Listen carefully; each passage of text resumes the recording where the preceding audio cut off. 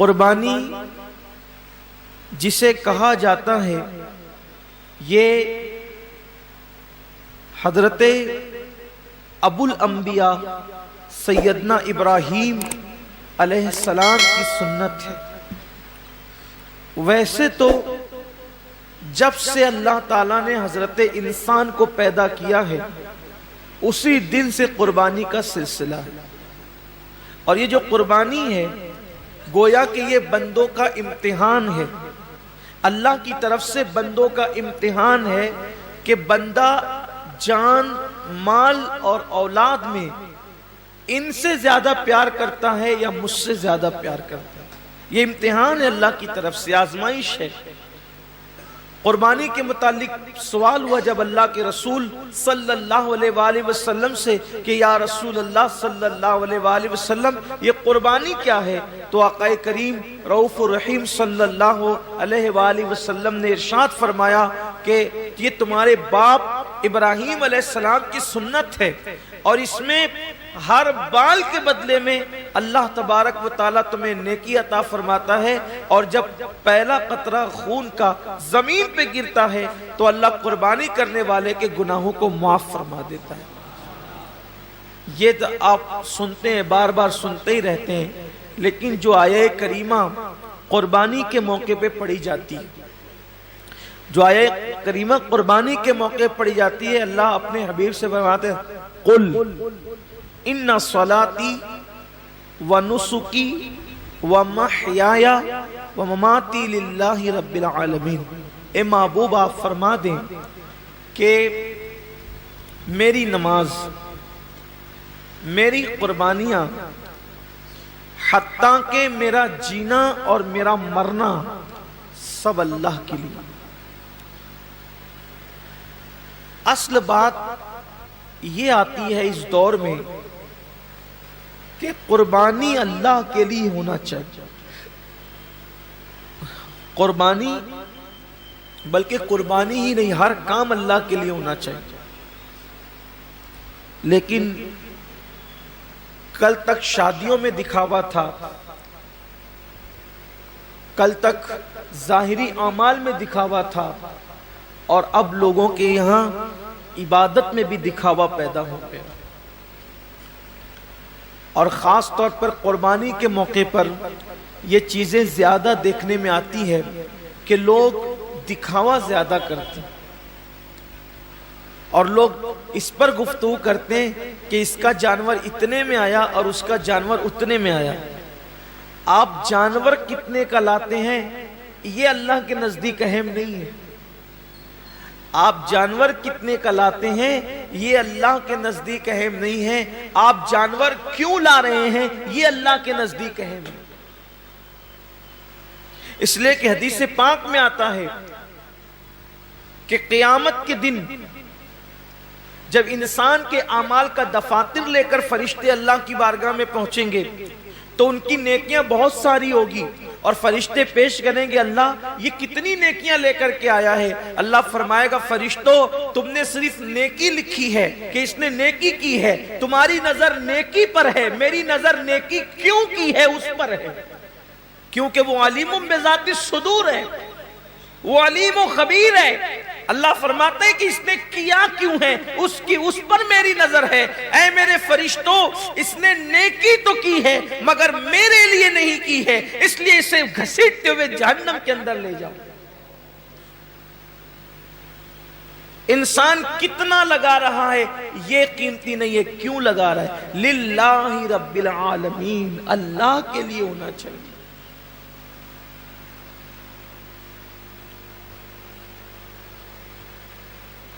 ایک مقام پر قرآن کہتا ہے کہ اللہ کے بارگاہ میں تمہارا خون اور گوشت نہیں پہنچتا قربانی کا۔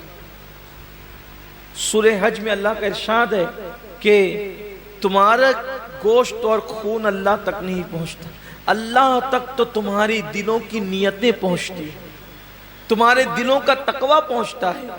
میرے پیارے آقا صلی اللہ علیہ وسلم کے پیارے دیوانوں، آج کل قربانی الا ماشاءاللہ اس لیے بھی لوگ کرتے ہیں کہ گوشت کھانے ملے گا، گوشت تو ملنا ہی ملنا ہے، گوشت نے جانا کہاں ہے؟ گوشت جائے گا کہاں؟ گوشت تو کھانے، لیکن نیت تو اچھی کرو۔ ہمارے بزرگوں نے فرمایا کہ اعمال سیکھنے سے پہلے اعمال کی نیت سیکھا کرو، اس لیے کہ مومن کی نیت اس کے عمل سے افضل ہے۔ نیت المؤمن خیر من عملہ، مومن کی نیت اس کے عمل سے افضل ہے۔ آپ نے کبھی سوچا کہ ایک کافر 20 سال کفر کر رہا ہے، پھر بھی وہ قیامت تک جہنم میں، 20 سال ہی نہیں بلکہ سال بھر بھی کفر کرے تو بھی جہنم میں، 6 مہینہ بھی کافر رہے تو بھی جہنم، اسی حالت پہ مرا تو جہنم میں، ایک دن بھی کفر کیا اور وہ کفر پہ مرا تو جہنم میں کیوں ہے؟ اور مومن ایک دن مومن ہے اور ایمان پہ خاتمہ ہوا تو جنت میں کیوں ہے؟ عمل کی وجہ سے نہیں بلکہ نیت کی وجہ سے۔ کافر کفر پر اس لیے مرا کہ جب تک زندہ رہتا کفر پر رہتا، اس لیے ہمیشہ جہنم میں نیت کی وجہ سے، اور مومن جنت میں اس لیے ہے کہ جب تک دنیا میں رہتا ایمان پر رہتا، ایمان پر رہنے کی نیت اس کو ہمیشہ جنت میں رکھ رہی ہے۔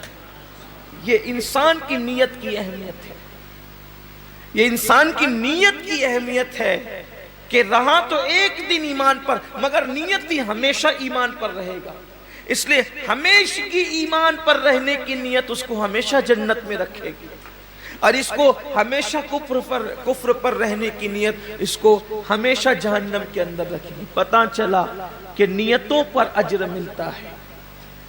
تو آج مومنوں کو، مسلمانوں کو نیت درست کرنے کی، جانور خریدو تو کتنا گوشت نکلے گا یہ دیکھ کر مت خریدو، بلکہ یہ اللہ کے نزدیک قبول ہوگا یا نہیں قبول ہوگا یہ دیکھ کر کے خریدو۔ آج گوشت ہی سب کچھ ہو گیا، اس لیے قربانی کی جو برکتیں ملنی چاہیے وہ برکتیں نصیب نہیں ہو رہی ہیں۔ آج میں تھوڑا سا اس پر گفتگو کرنا چاہتا ہوں، نیت پر۔ نیت کا بڑا عمل دخل ہے، جیسی نیت ہوگی، آپ نے سنا ہوگا جیسی نیت ہوگی ویسی برکت ہو۔ اور صرف قربانی ہی نہیں بلکہ سیکھ لیجئے کہ جو بھی عمل کرو اس میں نیت اچھی رکھو، اللہ کے لیے کرو، اللہ کو راضی کرنے کے لیے، کوئی اور نیت نہ ہو، خدا کی رضا ہو، رضا الہی کے لیے۔ حدیث پاک میں آتا ہے کہ بنی اسرائیل میں ایک شخص تھا، وہ راستے سے جا رہا تھا، اس نے راستے سے جاتے ہوئے ایک ٹیلا دیکھا، تو لوگ شاید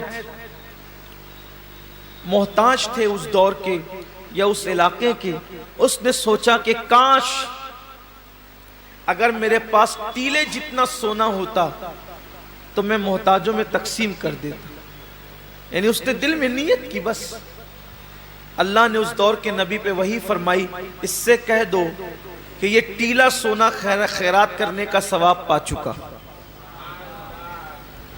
یہ ٹیلا سونا خیرات کرنے کا ثواب پا چکا۔ کیوں؟ اس نے نیت کی ہے۔ اور اگر بندہ سوچے کہ اگر میرے جیب میں پیسے ہوتے تو میں شراب پیتا، اور واقعی اگر ہوتے تو وہ پی لیتا، نیت کی اس نے، تو شراب پیے بغیر اب اس کو شراب پینے کا گناہ لکھ دیا جائے،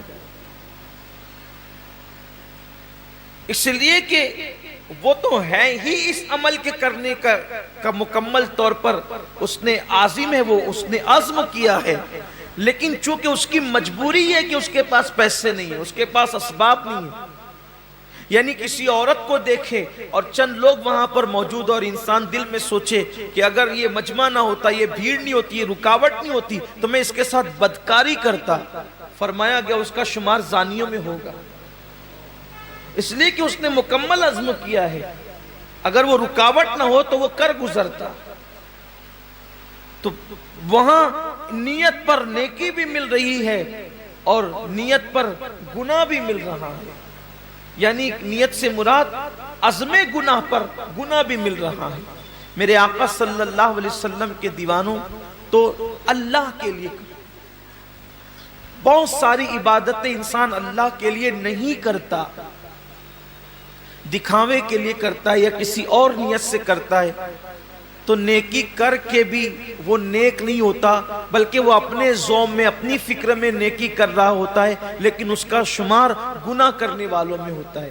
جیسا کہ ایک حدیث پاک ہے، اس کے راوی حضرت سیدنا ابو ہریرہ رضی اللہ تعالیٰ عنہ ہے۔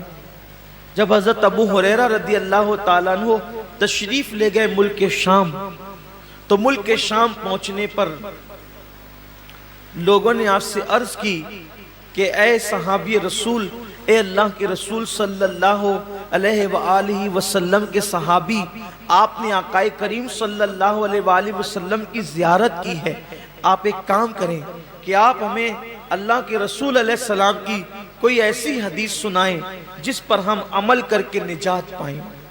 اب بہت دھیان سے سننا آپ لوگ بھی، کہ سننے والے بہت طویل بات نہیں سن رہے تھے، بلکہ کوئی مختصر اور بہت جامع انہیں کوئی مضمون چاہیے تھا۔ یوں تو میرے آقا علیہ السلام کی ہر بات ہی جامع ہے، حضور نے جہاں جو بات کہی ہے اس بات کا کوئی جواب ہی نہیں ہے۔ میرے امام فرماتے ہیں، فصحا عرب کے بڑے بڑے تیرے آگے یوں ہے دبے لچے، کوئی جانے منہ میں زباں نہیں بلکہ جسم میں جان نہیں۔ حضور نے جب باتیں کہی ہے تو ان کی باتوں کا کیا کہنا۔ آج بھی آقا علیہ السلام کی حدیث پڑھی جاتی ہے تو انسان پر ایک عجیب سا کیف چھا جاتا ہے۔ جب دوسروں کی زبان سے گفتگو مصطفیٰ سنی جاتی ہے تو ایسا کیف آتا ہے، جب وہ اپنی زبان سے خود اپنی بات کرتے ہوں گے تو اس وقت تو کیف و سرور کا عالم کیا ہوتا ہوگا۔ تو آقا کریم صلی اللہ علیہ وآلہ وسلم کے صحابی حضرت ابو ہریرہ رضی اللہ تعالیٰ عنہ سے اہل شام نے کہا، اے ابو ہریرہ، آپ آقا کریم صلی اللہ علیہ وآلہ وسلم کی کوئی ہمیں ایسی حدیث سنائیں کہ جس پہ عمل کر کے ہم نجات پائیں۔ اب یعنی کہ سنا تو بہت تھا حضرت ابو ہریرہ نے، لیکن اب کوئی ایسی روایت اس میں سے نکالنا ہے جو مختصر بھی ہو اور لوگوں کے لیے راہ نجات بھی ہو۔ اللہ اکبر! سیدنا ابو ہریرہ گویا کہ اپنے حافظے پر جو ہے وہ زور دینے لگے کہ میرے پاس جو ذخیرہ حدیث کا میرے حافظے کے اندر ہے ان میں سے کوئی ایک ان کو سنانا ہے۔ لیکن روایتوں میں آتا ہے، راوی بیان کرتے ہیں کہ جیسے ہی حضرت سیدنا ابو ہریرہ رضی اللہ تعالیٰ عنہ کو وہ حدیث یاد آئی، وہ جس کو بیان کرنا چاہتے تھے، حضرت ابو ہریرہ صرف حدیث کا مضمون یاد کر کے بے ہوش ہو کے زمین پہ گر جاتے ہیں۔ امام غزالی رحمت اللہ علیہ لکھتے ہیں کہ مضمون حدیث یاد کر کے حضرت ابو ہریرہ زمین پہ گر گئے۔ جب آپ کو ہوش آیا، لوگوں نے پوچھا، اے ابو ہریرہ کیا بات ہے؟ حضرت ابو ہریرہ فرماتے ہیں، جس حدیث کو سننے کی تم بات کرتے ہو اس کا مضمون میرے ذہن میں آیا تو اسی لیے مجھ پر غشی طاری ہو گئی۔ اور پھر اب حضرت سیدنا ابو ہریرہ رضی اللہ تبارک و تعالی عنہ حدیث بیان کرتے ہیں۔ حضرت ابو ہریرہ رضی اللہ تعالیٰ عنہ فرماتے ہیں، اے اہل شام، تم میرے نبی کا فرمان سننا چاہتے ہو تو سنو، قیامت کے دن کے بارے میں ہم سب کے آقا و مولا مصطفیٰ جان رحمت صلی اللہ علیہ وآلہ وسلم نے فرمایا کہ سب سے پہلے قیامت کے دن اللہ تعالیٰ 3 لوگوں کا حساب لے گا۔ قیامت کے دن سب سے پہلے کتنوں کا حساب ہوگا؟ 3 لوگوں کا۔ اور اللہ کے رسول علیہ السلام نے فرمایا کہ شہید، جو شہید ہوا تھا، یعنی جس نے جام شہادت نوش کیا تھا، شہادت سے بڑھ کر کوئی عمل ہو سکتا ہے؟ اس لیے کہ شہید وہ ہوتا ہے جس نے اپنی جان اللہ کے لیے ختم کر دی، یعنی جان ہی دے دی اس نے۔ شہید نے قربانی میں تو ہم جانور کی گردن پہ چھری چلاتے ہیں، شہید نے تو اللہ کے لیے اپنی گردن پیش کر دی۔ شہید نے اپنی گردن پیش کر دی، سب سے پہلے شہید آئے گا اور اللہ تبارک و تعالی اس شہید کو اپنی نعمتیں یاد دلائے گا، اور نعمتیں یاد دلا کر کے اللہ تعالیٰ جب اس کو اپنی نعمتیں یاد دلائے گا تو پوچھے گا اے میرے بندے، میں نے تجھے اتنی نعمتیں دی، اب بتا تو نے میرے لیے کیا کیا؟ شہید عرض کرے گا مولا تو جانتا ہے کہ تو نے مجھے نعمت دی تو میں نے تیرے لیے اپنی جان قربان کر دی، گلا کٹا دیا، گردن کٹا دیا اور میں شہید ہو گیا، میں نے جان دے دی تیرے لیے۔ اللہ فرمائے گا تو جھوٹا ہے، اللہ فرمائے گا تو جھوٹا ہے، تو نے اس لیے گردن نہیں کٹائی تھی کہ میں راضی ہو جاؤں، بلکہ تو نے اس لیے گردن کٹائی تھی تاکہ لوگ تجھے بہادر کہیں، لوگ تجھے بہادر کہیں، بہادر کہلانے کی وجہ سے تو نے یہ کام کیا تھا، سو وہ لوگوں نے تجھے کہہ دیا اور میں نے تجھے بہادر کہلوا دیا، اس لیے آج تیرے لیے میرے پاس نہیں ہے کچھ، اور تو نے جس کے لیے عمل کیا تھا اب جا کر کے ان سے صلہ حاصل کر لے۔ گھر کی فریج بھرنے والوں اور گھر کی فریج بھرنے کے لیے قربانی کرنے والوں، یا لوگوں کی جھوٹی شہرت کے لیے قربانی کرنے والوں، ذرا ہوش کے ناخون لو۔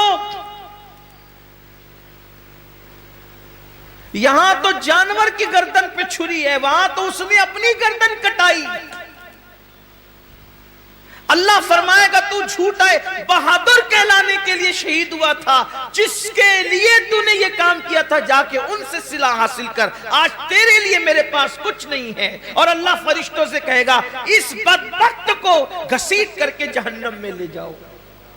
میں یہ نہیں کہتا کہ قربانی کا گوشت گھر میں رکھنا جائز نہیں، پورا بھی رکھ سکتے ہو، لیکن اللہ کے لیے تو کوئی قربانی کرے۔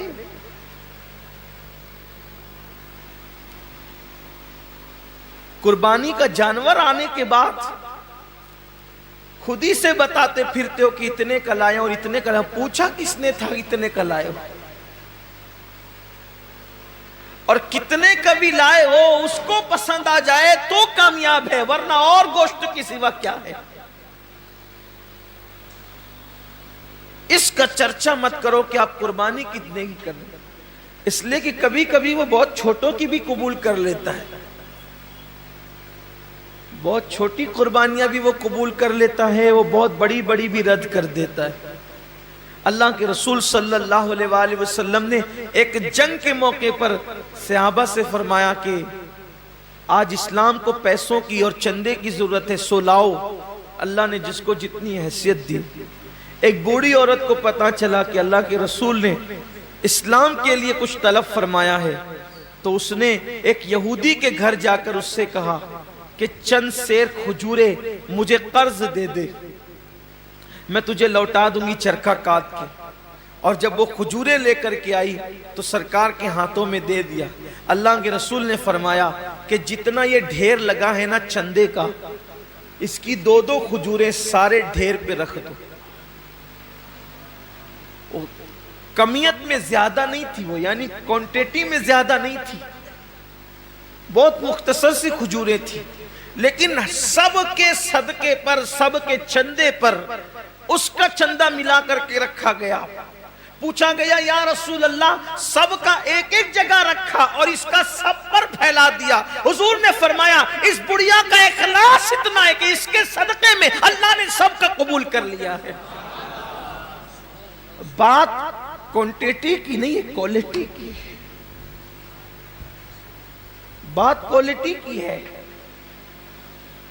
اگر آپ 70,000 کا جانور بھی خرید کر کے لائیں، نیت اچھی نہیں ہے تو آپ 7,000 والے سے آگے نہیں بڑھ سکتے، اور 7,000 والے کی نیت اچھی ہے تو وہ 70,000 والے سے آگے ضرور بڑھ جائے گا۔ نیت بہت اچھی ہونی چاہیے، نیت کے اندر کوالٹی ہونی چاہیے۔ تو حضرت سیدنا ابو ہریرہ رضی اللہ تعالیٰ فرماتے ہیں کہ وہ شہید ہوگا، شہادت کے بعد بھی اس کو جہنم میں لے جایا جائے۔ پھر فرماتے ہیں ایک دوسرا بندہ اللہ کی بارگاہ میں آئے، اور آنے کے بعد وہ بندہ جب حاضر ہوگا تو اللہ رب العزت اس کو اپنی نعمتیں یاد دلائے گا، اور جب اللہ تعالیٰ اس کو اپنی نعمتیں یاد دلائے گا تو اللہ فرمائے گا کہ بندے تو نے میرے لیے کیا کیا؟ تو وہ جواب دے گا مولا میں نے علم حاصل کیا، علم پڑھا، اور علم سے میں نے خوب خدمت کی، تلاوت قرآن کی اور پڑھا پڑھایا، سب کچھ کیا، اپنا وقت دیا، وقت لگایا۔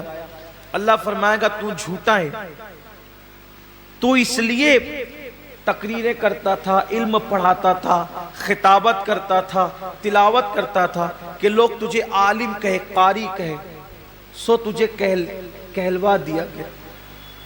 آج تیرے لیے ہمارے پاس کچھ نہیں ہے، جن کے لیے کیا تھا انہی سے صلہ مانگ۔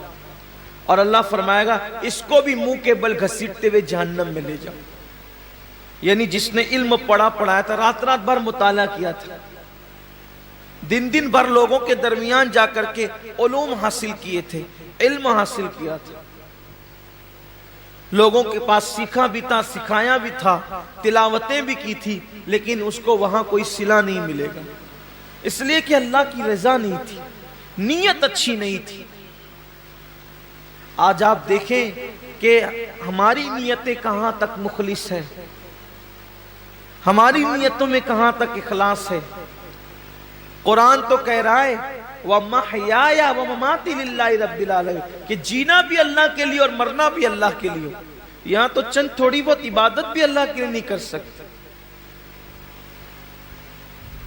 بلکہ حد تو یہ ہے کہ لوگ جنازے میں بھی جاتے ہیں تو اللہ کے لیے نہیں جاتے، حد تو یہ ہے کہ لوگ الیاذ باللہ جمعہ کی نماز میں بھی آتے ہیں تو لوگ سوچتے ہیں کہ کچھ لوگ مجھے دیکھ لیں کہ میں بھی مسجد میں آیا۔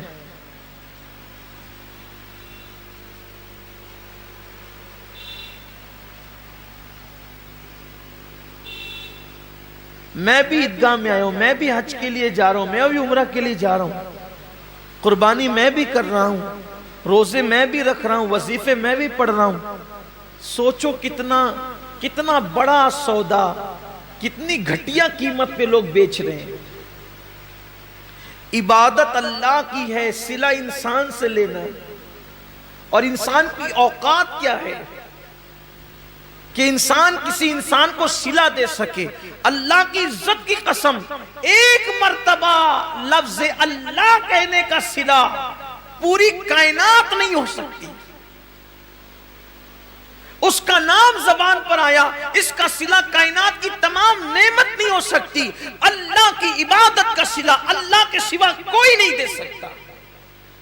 تو بندوں کو چاہیے کہ بندے جب اللہ کی عبادت کریں تو نیت خالص کریں اور سوچے کہ بس اللہ مجھ سے راضی ہو جائے۔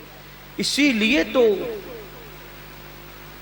جنگ تبوک کے اندر جن صحابہ نے شرکت کی، جنگ تبوک کے اندر جو صحابہ شریک ہوئے تھے ان کو جیش الاسرت کہا جاتا ہے، تنگی والے فوجی۔ بلکہ وہ تنگی کا حال یہ تھا جنگ تبوک کے اندر، مورخین نے یہاں تک لکھا ہے کہ ایک ایک کھجور کو 8 مجاہدین استعمال کرتے تھے۔ سیدنا فاروق اعظم کے حوالے سے بیان ہوتا ہے کہ وہ ان کی باری جب آتی تھی کھجور کھانے کی تو چوس کر کے دوسرے کو دے دیتے تھے، کھاتے نہیں تھے کہ ایک کھجور نے تو 8 لوگوں میں استعمال کرنا ہے تو آخر ملے گا کتنا، تو چوس کے دے دیتے تھے اور پانی پہ اکتفا کرتے تھے۔ سفر لمبا، فوجی زیادہ، تنگی ہے، حتیٰ کہ جانوروں کو باندھنے کے لیے رسیاں نہ تھی تو کچھ خواتین نے اپنی چوٹیاں بھی کاٹ کر کے دے دی کہ اس بالوں کی رسی بنا کر کے جانور کو باندھ دینا۔ یہی وہ جنگ ہے جس میں صدیق اکبر نے پورا مال لا کے دیا، حضرت فاروق اعظم نے آدھا مال لا کر کے دیا۔ بڑی تفصیل ہے جنگ، بہت دشواری والا سفر تھا جنگ تبوک کا۔ ایک صحابی نے اپنے ساتھیوں کو بتایا، توجہ کریں صحابہ کا اخلاص، ایک صحابی نے اپنے ساتھیوں کو بتایا کہ جب اللہ کے رسول کے ساتھ تبوک میں چلے تھے تو بہت دشواریاں تھی، سفر میں جگہ جگہ کٹھنائیاں تھی، یہ تو ان کی زبان سے نکل گیا سفر تبوک کی مشکلات، لیکن اسی بتانے پر پوری زندگی روتے تھے کہ میں نے کیوں بتایا، سفر تبوک کی مشکلات کیوں بتایا، سفر تبوک کی تکلیفیں کیوں بتایا، سفر تبوک کی مصیبتیں کیوں بتایا۔ لوگ کہتے ہیں آپ نے لوگوں کی ترغیب کے لیے بتا دیا کہ ہم نے اتنی مصیبتیں اٹھائی سفر تبوک میں تاکہ لوگوں کو بھی جذبہ پیدا ہو کہ وہ دین کی راہ میں تکلیفیں اٹھائیں۔ فرماتے ہیں میں اس پر ڈرتا ہوں کہ میں نے جو سفر تبوک کی تکلیفیں بتائی ہے اللہ مجھ سے ناراض ہو کر کے میرا وہ سفر رد نہ کر دے اور اس کا اجر اللہ تعالیٰ ضائع نہ کر دے۔ یہ ان کا اخلاص تھا، یعنی اللہ کی راہ میں وہ جو مصیبتیں اٹھاتے تھے اس کو بھی کسی سے بیان کرنے کو خلاف ادب تصور کرتے تھے۔ اللہ کے لیے جو کیا وہ اس کو چھپانا ہی چاہتے تھے، اللہ کے لیے جو کیا وہ اس کو پردے ہی میں ڈالنا چاہتے تھے تاکہ ان کا اجر ضائع نہ ہو۔ اور یہاں تو حال یہ ہے کہ کیا اللہ کے لیے ہے اور اس کی تشہیر تو ہونی چاہیے۔ ابھی آپ دیکھیے گا کہ قربانیوں کے جانوروں کی تصویریں بھی واٹس ایپ پر آئے گی،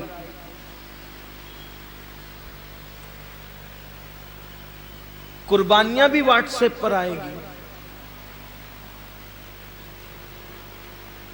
بچڑوں کا گھمانا پھرانا بھی واٹس ایپ پر آئے گا، بکروں کی تشہیر بھی واٹس ایپ پر آئے گی۔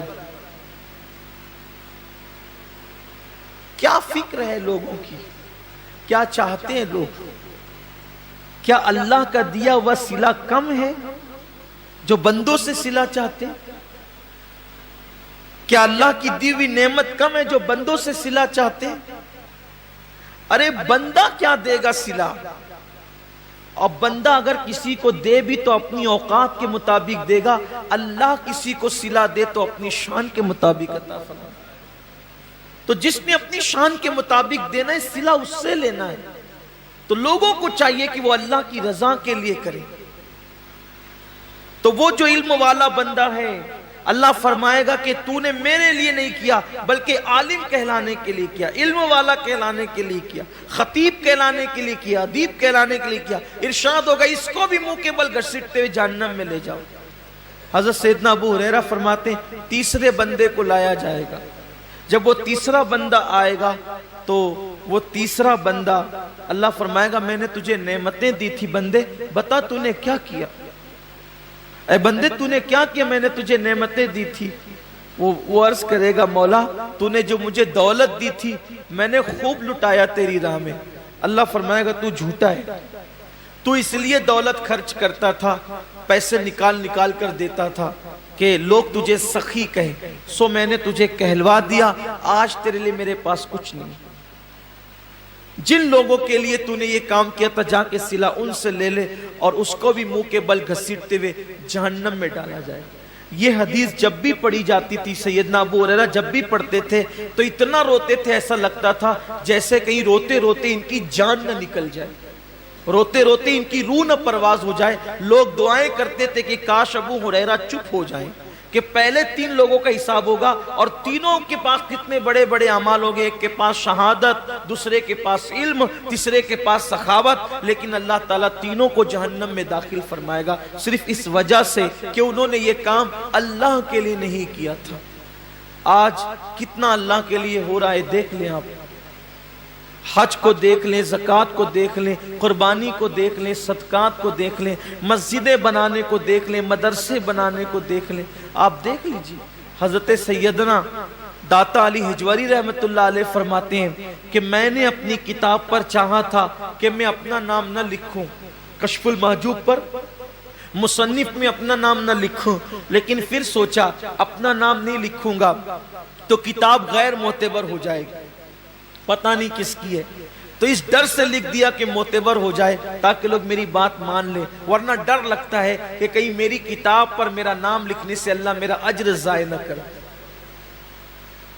بہت سارے بڑے بڑے ہمارے اسلاف ہیں، بڑے بڑے بزرگ ہیں، انہوں نے خود کتابیں لکھی، اپنا نام نہیں لکھا، اپنے شاگردوں کے نام سے منسوب کر دیا، بلکہ خود اعلیٰ حضرت رضی اللہ تعالیٰ عنہ کے دادا انہوں نے ان کے متعلق ایک بہت بڑے عالم دین نے مجھے بتایا کہ خطبے کی کتاب انہوں نے خود لکھی، مگر اس کو اپنے نام سے شائع کرانے کی بجائے اپنے شاگرد کے نام سے شائع کرا دیا۔ یہ اللہ والوں کی شان ہے کہ اپنے اعمال لوگوں کے نام سے شائع ہو جائیں تاکہ ضائع ہونے سے بچ جائے، کیونکہ اللہ تو دیکھ رہا ہے، صلہ تو اللہ نے دینا ہے۔ لیکن آج حال یہ کہ انسان یہ چاہتا ہے کہ سب کا کہ اعمال ہم اپنے نام کر لیں۔ اب تو حالت یہ بھی کتابیں خرید کر کے اپنے نام سے چھپائی جا رہی ہے۔ لوگ لکھنے والے باصلاحیت لوگوں کو اللہ ماشاءاللہ پیسے دے دیتے اور وہ مسودہ خرید لیتے ہیں اور اپنے نام سے شائع کرا دیتے۔ میں کہاں اللہ والوں کی وہ ذات کہ اپنی کتابیں دوسروں کے نام سے شائع کرا دی تاکہ اجر ضائع نہ ہو، اور اب کہاں حالات یہ کہ دوسروں کی کتابیں اپنے نام سے شائع کرا دی، دوسروں کے کلام اپنے نام سے شائع کرا دی۔ اس کا مطلب اخلاص رخصت ہو رہا ہے، لوگوں کے نزدیک اللہ کی رضا کی اہمیت نہیں رہ گئی، لوگوں کے نزدیک رضا الہی کی اہمیت نہیں رہ گئی، اور اللہ رب العزت اپنے محبوب سے فرما رہا ہے وَمَحْيَايَ وَمَمَاتِي لِلَّهِ رَبِّ الْعَالَمِينَ۔ حبیب اعلان کر دیے کہ زندگی بھی خدا کے لیے ہے اور موت بھی خدا کے لیے۔ اور یاد رکھنا، اپنی گفتگو کو سمیٹتے ہوئے کہہ رہا ہوں، جس کام میں اللہ کی رضا ہوگی یا اللہ کی رضا کی نیت ہوگی، جس کام میں اخلاص ہوگا، اس کام میں اللہ رب العزت کی رضا شامل ہوگی، تو اس میں اللہ کی طاقت اور قوت بھی شامل ہوگی۔ جس کام میں خلوص ہوگا، اس کام میں خدا کی طاقت بھی شامل ہوگی۔ اس سلسلے میں ایک روایت بیان کی جاتی، اس میں میں اپنی گفتگو ختم کروں گا۔ دین کے داعی اس کو خاص طور پہ سنیں، داعیان دین کے لیے بہت اہم چیز ہے۔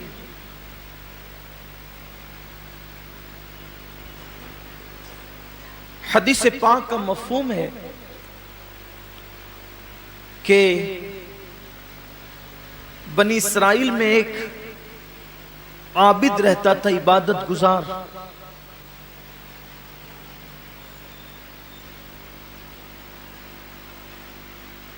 اس نے دیکھا کہ اس کے علاقے کے لوگ ایک درخت کی پوجا کرتے، درخت کی عبادت کرتے ہیں۔ اس کو احساس ہوا کہ میرے اللہ کے ہوتے ہوئے غیر اللہ کی عبادت کوئی کیوں کرے؟ تو سوچا کہ یہ درخت ہی کاٹ دوں تاکہ شرک کی جڑیں کٹ جائے۔ کڑاڑے پہ کڑاڑی جو ہے وہ کندھے پہ رکھی اور کندھے پہ کڑاڑی رکھ کر کے نکلا۔ اب شیطان کو کب گوارا تھا کہ شرک ختم ہو یا شرک کا خاتمہ ہو؟ شیطان تو گمراہی، کفر و شرک، گناہ، بے باکی، وہ تو فواحشات عام ہی کرنا چاہتا ہے۔ تو وہ آیا، اب یہاں دھیان سے سننا، بہت غور سے سننے کی بات۔ شیطان آیا اور اس نے آ کر کے پہلے اس کو یہ کہا کہ آپ کہاں جا رہے ہیں؟ شیطان کی عادت ہے جیسا آدمی ویسی بات۔ آپ کہاں جا رہے ہیں؟ اس نے کہا یہ درخت ہے، لوگ اس کی عبادت کرتے ہیں، شرک کرتے ہیں، میں اس کو کاٹنے جا رہا ہوں تاکہ لوگوں کو شرک سے نجات مل جائے۔ اس نے کہا میں تجھے جانے نہیں دوں، اپنا اپنا کام کرو، جاؤ۔ اس نے کہا میں جاؤں گا۔ کہا کہ میں جانے نہیں دوں گا۔ اس نے کہا میں جاؤں گا۔ تو اگر تو جائے گا تو تیرے لیے ایک شرط ہے، اگر تجھے جانا ہے تو پہلے تجھے مجھ سے لڑنا پڑے گا، پھر میں تجھے جانے دوں گا۔ اب چونکہ اس کے اندر اخلاص بھرا تھا، حالانکہ شیطان سے لڑنا کوئی آسان کام نہیں، شیطان کے پاس اتنی طاقت ہے کہ وہ 2 انگلیوں میں انسان کو مسل سکتا ہے، کیونکہ وہ آگ سے بنا ہوا ہے نا، وہ آگ سے بنایا گیا، مسلے گا تو انسان مر ہی جائے گا۔ لیکن جہاں اللہ کی رضا ہوگی وہاں اللہ کی قوت بھی ہوگی، یہ خاص بات، اللہ کی طاقت بھی۔ بڑی معذرت کے ساتھ اگر آپ برا نہ مانے تو میں ایک بات کہوں، قربانیوں کے معاملے میں جو کھینچا تانی مچی ہے نا ہندوستان میں، شاید اخلاص میں کمی آئی ہے تو یہ دن دیکھنے پڑے۔ میرا ایمان کہتا ہے کہ اگر یہ کام اللہ کے لیے ہوتا تو کسی کی ماں نے دودھ نہ پلایا تھا کہ یہ دن ہمیں دے، مگر ہم نے اللہ کے لیے کرنا جب چھوڑا اور ٹکیا اور کباب کے پیچھے پڑ گئے، پھر دنیا نے یہ دن۔ ہنسنے کی بات نہیں ہے یہ، اس لیے کہ جس کام میں رضا الہی ہو، میں یہ نہیں کہتا کہ سب کی نیت اس، اکثر کی جو ہے وہ میں بات اکثریت کی بات کر، اللہ کے کچھ بندے ہیں ایسے جنہیں آپ انگلیوں پہ گن سکتے ہیں۔ بلکہ اب تو میں لوگوں کو یہ بھی کہتے ہوئے سنو کہ یار گوشت ووشت اب آتا نہیں ہے تو اپنے گھر کے لیے اپنے خود ہی قربانی کریں، یعنی قربانی گھر کے لیے ہو رہی ہے، اللہ کے لیے نہیں ہو رہی۔ یہ ہم نے اپنے کانوں سے کہتے ہوئے سنا ہے کہ اب گوشت کوئی بانٹتا اٹھتا نہیں ہے تو ہم بھی اپنے گھر کے لیے کریں، یعنی نہیں آ رہا ہے نا گوشت تو خریدنے سے اچھا ہے کہ ہم بھی کچھ پیسے زیادہ ڈال کر کے ایک جانور ذبح کر لیں۔ یہ صورتحال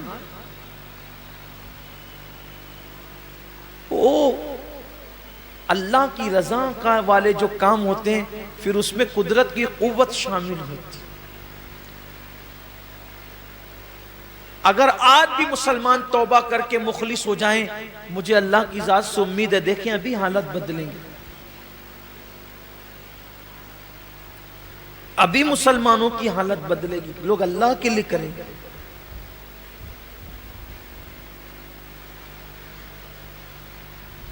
تو شیطان نے کہا کہ مجھ سے تجھے لڑنا پڑے گا تب تو جائے گا۔ اس نے کہا ٹھیک ہے میں لڑنے کے لیے تیار ہوں۔ دونوں کشتی لڑنے لگے، اس عابد نے شیطان کو پچھاڑ دیا، اس کے سینے پہ بیٹھ گیا، یعنی اللہ نے اس میں اتنی طاقت دے دی، شیطان کو پچھاڑ دیا۔ شیطان کسی سے نہیں ہارتا سوائے مخلصین کے، صرف وہ اخلاص والوں سے ہارتا ہے۔ بڑا بڑا پہلوان اس کے نزدیک کوئی اہمیت نہیں رکھتا، اس کے نزدیک سب سے بڑا پہلوان مخلص ہے، یعنی اللہ کے لیے کام کرنے والا ہے۔ وہاں دبلے پتلے کا اعتبار نہیں ہے، وہاں سب سے بڑی طاقت اخلاص کی طاقت ہے۔ کیونکہ جب اس نے کہا تھا کہ میں بیٹھ کر تیرے بندوں کو بہکاؤں گا ورگلاؤں گا، تو اللہ نے فرمایا تھا جا، تجھ پر میرے مخلص بندوں پر تیرا وار نہیں چلے گا، میرے مخلصین پر تیرا وار نہیں چلے گا، یعنی اہل اخلاص کو تو نہیں بگاڑ سکتا جو میرے لیے زندگیاں گزارتے ہیں۔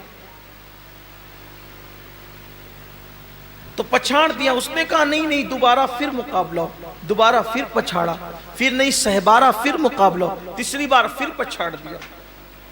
اب جب تینوں بار شیطان ہار گیا، اب دیکھو کیسے حملہ کیا۔ شیطان جب تینوں بار ہار گیا تو اب عابد نے کہا اب تو میں جا سکتا ہوں، اب تو میرا حق ہے جانے کا۔ اس نے کہا دیکھو ایک اچھی بات کیا، تم غریب آدمی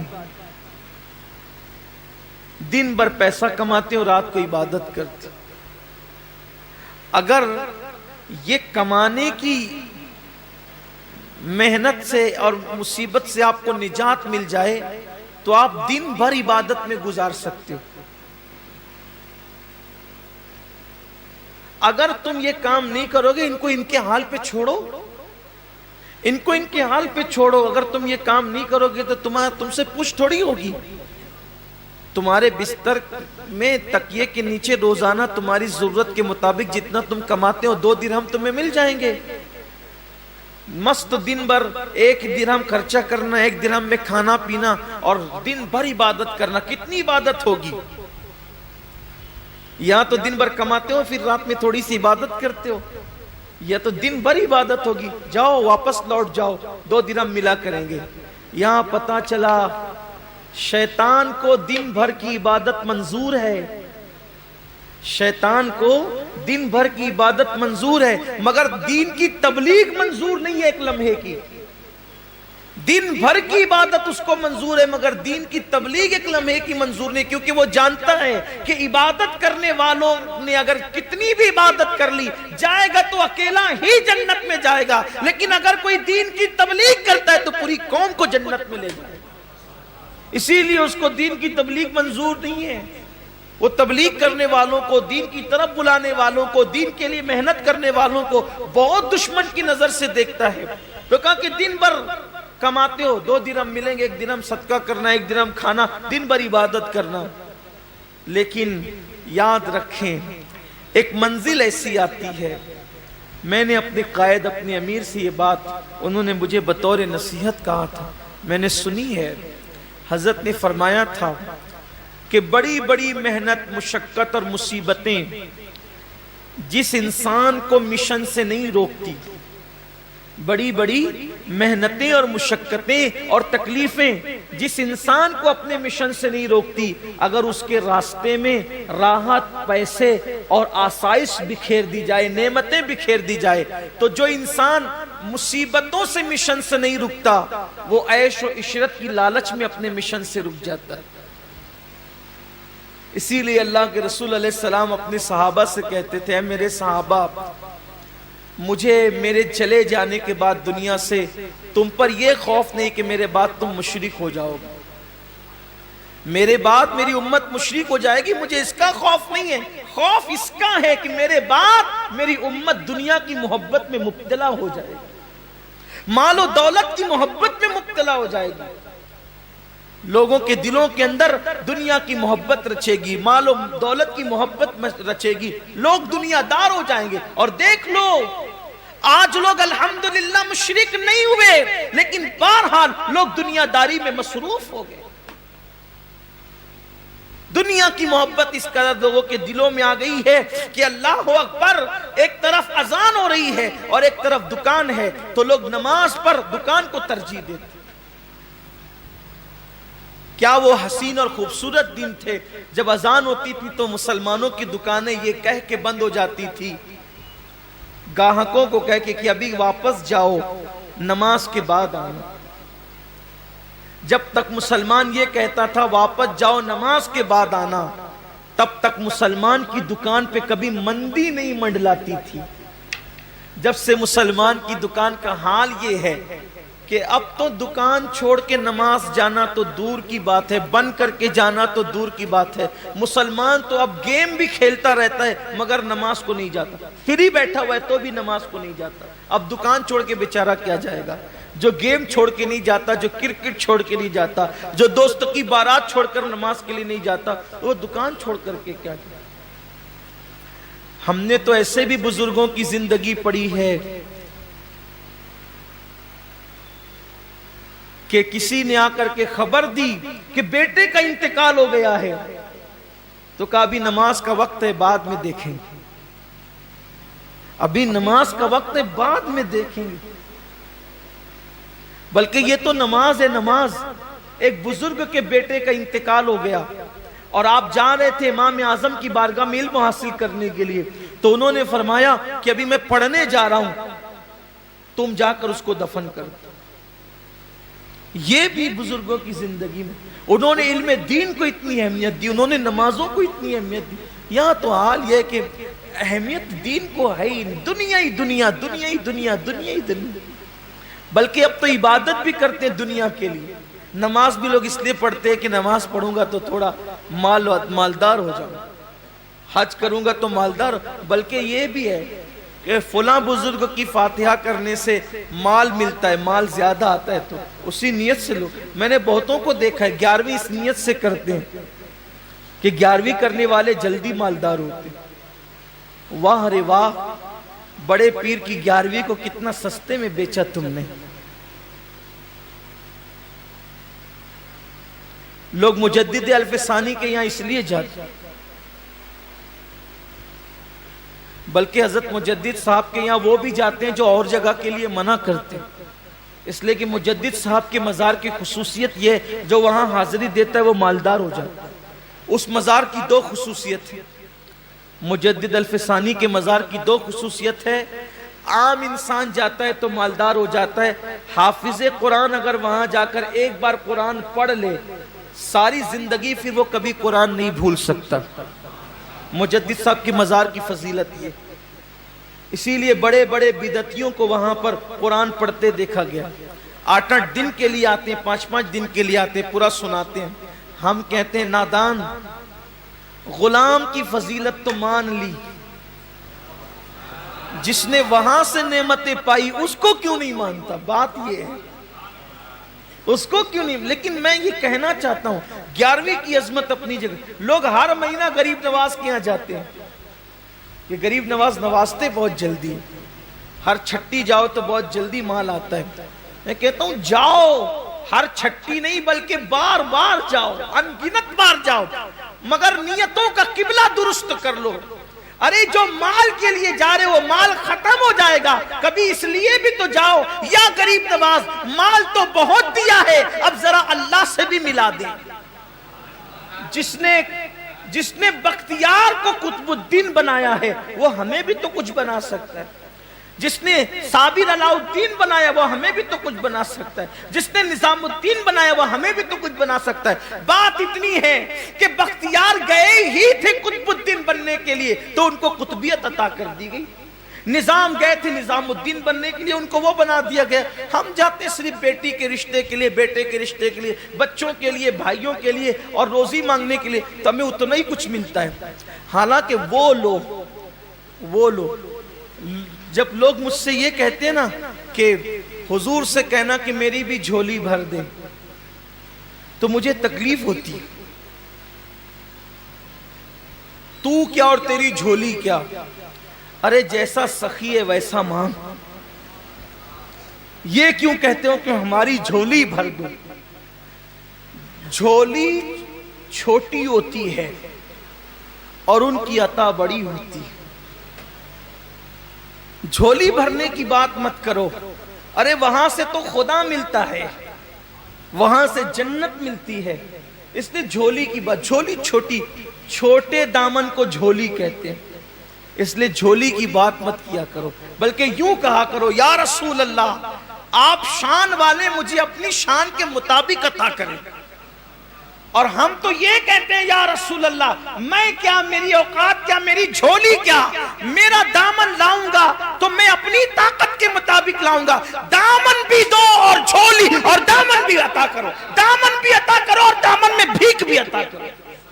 دامن بھی دو، دامن میں بھیک بھی عطا کرو. میں دامن لاؤں گا تو اپنی اوقات کے مطابق لاؤں گا، آپ دامن دیں گے تو اپنی شان کے مطابق دیں گے، تو دامن بھی شاندار ہوگا اور دامن کی بھیک بھی شاندار ہوگی. تو جیسا سخی ہے ویسا انسان دنیا ہی میں پڑا ہوا ہے. لوگوں کو چاہیے کہ وہ خدا کی رضا حاصل کرے، رسول کی رضا حاصل کرے. اللہ رسول ملے تو کائنات کی ہر چیز مل جائے. یہ اللہ والے یہی تھے، یہ اتنے مخلص تھے کہ بس یہی چاہتے تھے. تو بات ختم کرنے لگا ہوں، دور نہ چلی جائے بات، کہ اس عابد سے کہا کہ 2 سکے تمہیں ملا کریں گے، دن بھر عبادت کرنا، 1 درہم صدقہ کرنا. اس نے سوچا یار یہ بات تو اچھی کہتا ہے، پہچانا نہیں کون ہے، بات تو اچھی کہتا ہے. یعنی کہ شیطان کی عادت ہے توڑی پانی کرنا.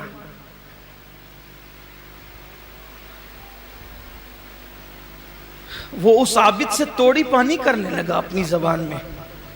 اسی لیے آپ بھی ذرا ہوشیار رہو. ریاست اور سیاست کی اصلاح کا نعرہ لگانے والا ہر آدمی مخلص نہیں ہوتا. کچھ شیطان کے توڑی باز لوگ بھی ہوتے ہیں جو آپ کو بیچنے کے لیے کہیں لے جاتے ہیں. تو کسی کے ساتھ جانے سے پہلے ذرا ہوش لے لیا کرو کہ آپ کو جانا کس کے ساتھ. ہم تو کسی کے ساتھ نہیں جاتے، لیکن آپ سے بھی کہتے ہیں کہ جانے سے پہلے سوچا کرو کہ جانا کس کے ساتھ، کہ لوگ آپ کو بیچ نہ ڈالیں. اس لیے کہ شیطان جب عبادت خرید سکتا ہے تو آپ کون ہیں اور ہم کون ہیں.